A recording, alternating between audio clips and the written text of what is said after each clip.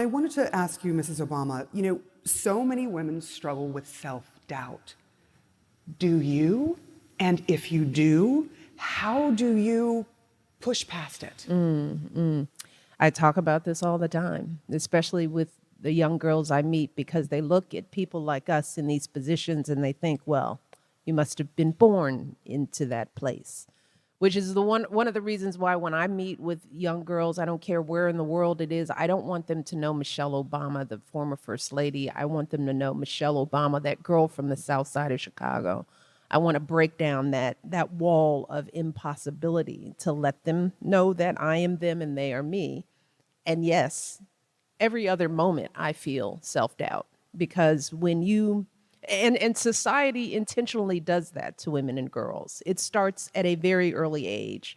We question our value, our worth. We question how we look, how we talk, where we're from. There are people with power who want us to stay small. They want us to stay doubtful.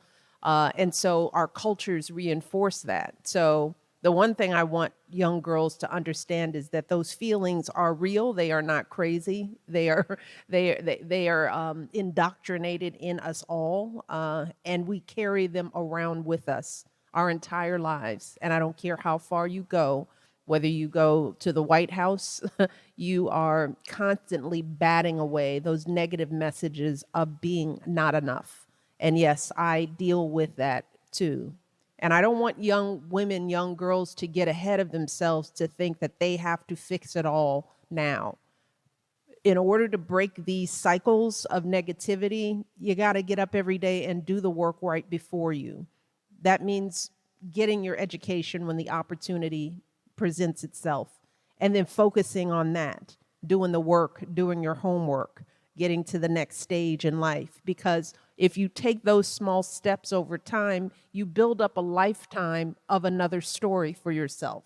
No one can do that for you. You have to look over your life, and we as women sometimes feel like we have to have done everything right before we can take credit for the things that we have done.